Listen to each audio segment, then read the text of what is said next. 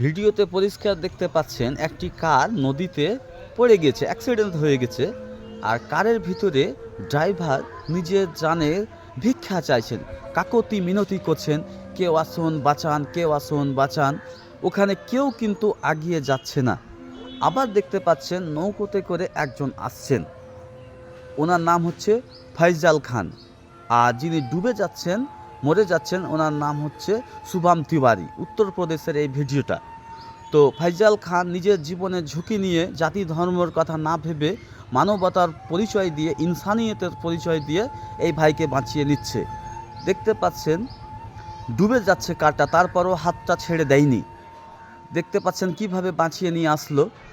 আর এমনিতেও নদীতে কেউ ডুবে গেলে কেউ একা বাঁচাতে যায় না, আর সেফটি ছাড়া যাওয়া ঠিকও নয়।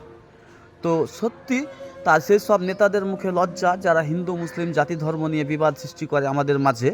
মনে রাখবেন, আমরা যখন কোথাও বিপদে পড়ে যাই সেই সময় কিন্তু আমরা দেখি না যে এটা হিন্দু না মুসলিম। তখন আমরা শুধু বাঁচি, আমাদের জানটা বাঁচলেই আমরা আমাদের পরিবারে যেতে পারবো।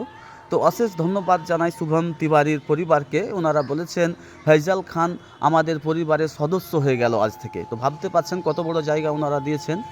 তো ভিডিওটাকে বেশি বেশি করে শেয়ার করবেন। আর যারা হিন্দু মুসলিম নিয়ে পড়ে আছেন তাদের জন্য লজ্জা এই ভিডিওটা। সকলে ভালো থাকবেন।